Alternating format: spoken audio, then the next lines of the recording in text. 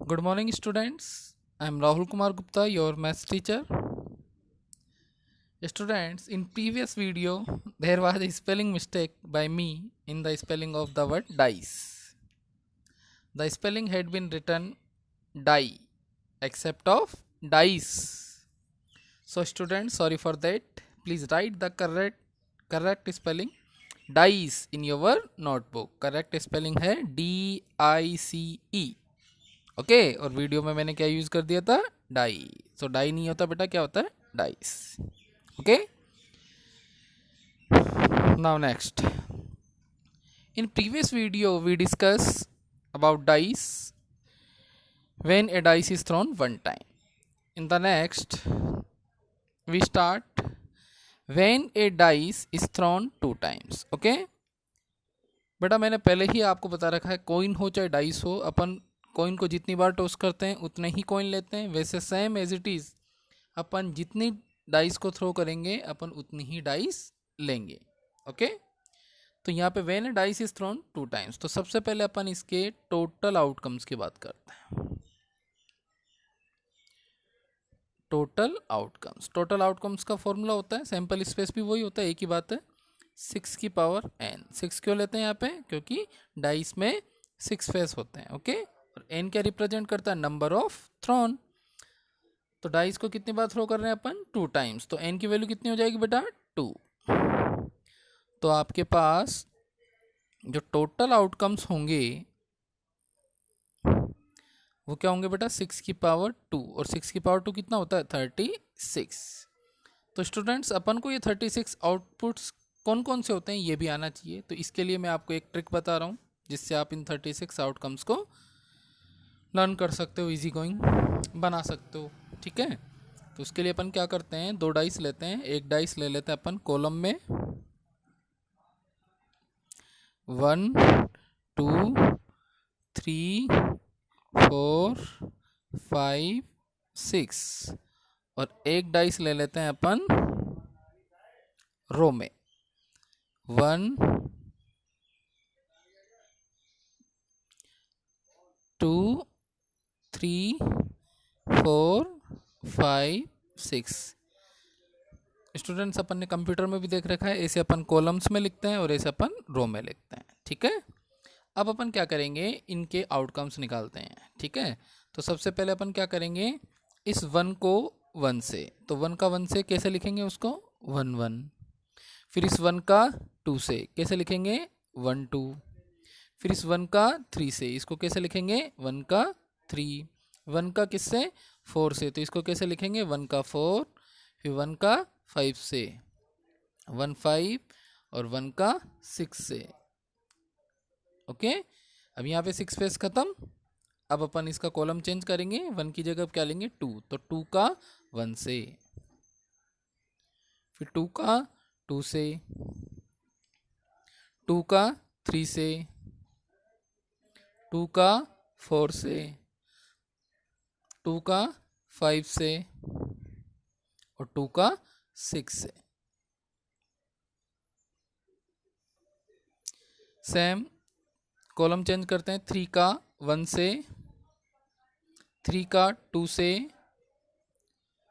3 का 3 से, 3 का 4 से, 3 का 5 से एंड 3 का 6 से. सिमिलरली फिर कॉलम चेंज, 4 का 1 से, 4 का 2 से, 4 का 3 से, 4 का 4 से, 4 का 5 से एंड 4 का 6 से रिलेशन. फिर 5 का 1 से, 5 का 2 से, 5 का 3 से, 5 का 4 से, 5 का 5 से एंड 5 का 6 से. ओके नाउ लास्ट 6 का 1 से, 6 का 2 से, 6 का 3 से, 6 का 4 से, 6 का 5 से और 6 का 6 से. ओके नाउ लास्ट 6 का 1 से, 6 का 2 से, 6 का 3 से, 6 का 4 से, 6 का 5 से और 6 का 6 से. ओके 6 का 1 से, 6 का 2 से, 6 का 3 से, 6 का 4 से, 6 का 5 से और 6 का 6 से. ओके तो स्टूडेंट्स अपन ने total when a dice is throne 2 times उसके टोटल आउटकम्स होते हैं 36। तो 36 आउटकम्स अपन ने लिख लिए हैं, फाइंड आउट कर लिए हैं। ये आउटकम्स अपन को आने चाहिए। काफ़ी क्वेश्चंस बनते हैं इस पे जब मैं एक्सरसाइज सॉल्व करवाऊंगा और जब आपको सीट दूंगा उसमें इनके क्वेश्चन डाल दिए जाएंगे। तो बच्चों इन प्रोबेबिलिटी में अपन ने कॉइन्स रीड कर लिए हैं, कार्ड्स देख लिए हैं एंड डाइस के बारे में अपन ने डिस्कस कर लिया है। अब इन प्रोबेबिलिटी में अपना एक लास्ट टॉपिक और बचा हुआ है, वो एग्ज़ाम के पॉइंट ऑफ व्यू से इतना इम्पोर्टेंट नहीं है, फिर भी अपन उसको रीड कर लेते हैं। तो नेक्स्ट टॉपिक है equally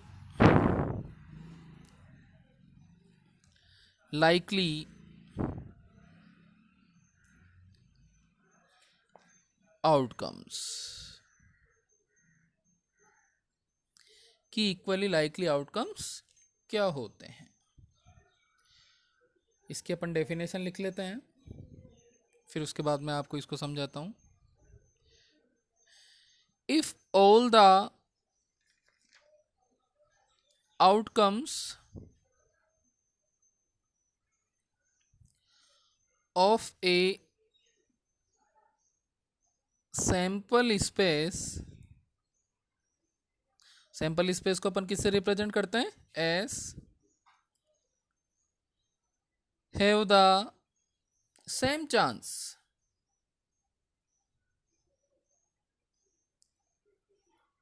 to happen,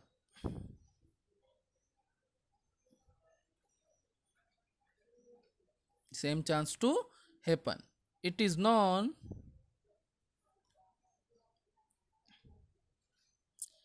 as equally likely outcomes।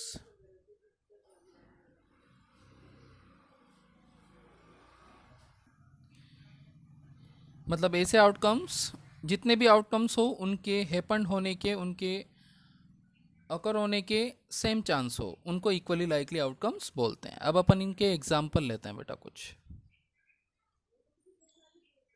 Suppose सबसे पहले एक अपन कॉइन कर लेते हैं। सपोज एक अपन ने कॉइन लिया, ठीक है। कॉइन के अपने अपन को पता ही है दो फेस होते हैं, एक होता है हेड, एक होता है टेल, ठीक है। तो यहाँ पर प्रोबेबिलिटी ऑफ हेड कितनी होती है, 1/2। प्रोबेबिलिटी ऑफ टेल कितनी होती है, 1/2। तो हेड आने की और टेल आने की जो चांस है वो बिल्कुल क्या है, सेम है। तो ये इवेंट्स कौन से हो गए, इक्वली लाइकली आउटकम्स, ठीक है। दूसरा एग्जांपल ले लेते हैं अपन। सपोज एक अपन सर्कल लेते हैं, ठीक है। सर्कल में अपन को पता है क्वाड्रेंट इसको 4 पार्ट में डिवाइड कर देता है। ये अपन ने इसके 4 क्वाड्रेंट बना दिए, ठीक है। अपन को पता ही है क्वाड्रेंट 1 2 3 4 चारों सेम होते हैं क्वाड्रेंट। अपन ने पूरे सर्कल को 4 क्वाड्रेंट पर डिवाइड कर दिया, ठीक है। यहाँ पर मैंने इसमें रेड कलर दे दिया, इसमें मैंने दे दिया येलो कलर, इसमें दे दिया ग्रीन और इसमें दे दिया ब्लैक, ठीक है। अब यदि मैं कहूँ कि रेड आने की प्रोबेबिलिटी क्या होगी, रेड के कितने फेवर हैं क्वाड्रेंट 1, तो रेड आने की प्रोबेबिलिटी ऑफ रेड 1/4, क्योंकि एक क्वाड्रेंट है और टोटल क्वाड्रेंट कितने 4। यदि मैं बोलूँ येलो आने की प्रोबेबिलिटी क्या होगी, तो येलो कितने क्वाड्रेंट में 1, तो 1/4। यदि मैं आपको बोलूँ ग्रीन आने की प्रोबेबिलिटी कितनी होगी, तो ग्रीन कितने क्वाड्रेंट में 1, तो 1/4। सेम प्रोबेबिलिटी ऑफ ब्लैक कितने क्वाड्रेंट में 1, तो 1/4। तो इनके सेम चांस है या नहीं है, सेम प्रोबेबिलिटी है या नहीं है, तो ये भी आपका क्या हो गया, इक्वली लाइकली आउटकम्स। एक और एग्जांपल ले लेते हैं। सपोज एक बेबी बॉर्न होता है, बेबी बॉर्न, ठीक है। अब बेबी बॉर्न के दो ही केस बनते हैं अपने पास, या तो गर्ल होगी या बॉय होगा। इसके अलावा इनकी कोई प्रोबेबिलिटी है नहीं है, सेम है, या तो गर्ल होगी या बॉय होगा। ठीक है, तो ये भी अपना कौन सा हो गया, इक्वली लाइकली आउटकम्स। ओके, एक और ले लेते हैं एग्जांपल अपन। सपोज मैंने आपको एग्जाम में कोई क्वेश्चन दिया, या फिर मैंने ओरली आपसे कोई क्वेश्चन पूछा, तो आप उसके कितने चांसेस दो हैं, या तो आप मुझे सही आंसर दोगे या आप मुझे गलत आंसर दोगे। ठीक है, तो ये भी कौन सा आउटकम्स हो गया, इक्वली लाइकली आउटकम्स हो गया। डन। बाकी के और एग्जाम्पल अपन बाद में डिस्कस करेंगे। तो ये तो हो गया आपका इक्वली लाइकली आउटकम्स। नेक्स्ट अपन पढ़ते हैं not equally likely outcomes.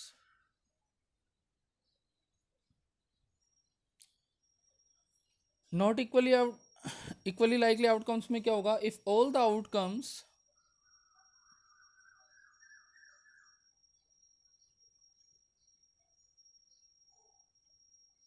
of a sample space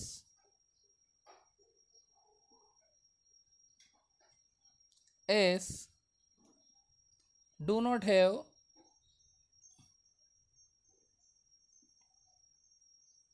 the same chance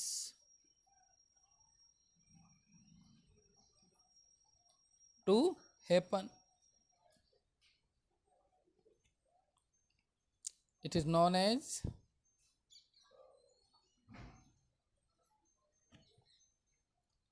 not equally likely outcomes। ठीक है, इसका एक एग्जांपल ले लेते हैं अपन। वही एक सर्कल ले लेते हैं। सर्कल के हाफ पार्ट में तो मैं डाल देता हूँ रेड कलर, और सर्कल के क्वार्टर पार्ट में डाल देता हूँ मैं येलो, और इसमें डाल दिया मैंने ब्लैक। ठीक है, तो प्रोबेबिलिटी ऑफ येलो क्या होगी बेटा, कितने क्वाड्रेंट में, 1 में, तो 1/4। प्रोबेबिलिटी ऑफ ब्लैक क्या होगी, कितने क्वाड्रेंट में, 1 में, तो 1/4। और प्रोबेबिलिटी ऑफ रेड कितने क्वाड्रेंट में, हाफ सर्कल में, मतलब कितने क्वाड्रेंट हो गए हाफ सर्कल में, 2, तो 2/4। कट करना चाहो तो 1/2। तो अभी इधर देखें बेटा आप, इनकी जो हैपन होने के जो चांस हैं वो सेम नहीं है। येलो के और ब्लैक के तो सेम चांस है, लेकिन रेड के चांस सेम नहीं है। तो ये कौन से इवेंट होंगे, कौन से आउटकम्स होंगे, नॉट इक्वली लाइकली। ठीक है, ये आपका लास्ट टॉपिक था इन थ्योरी के हिसाब से।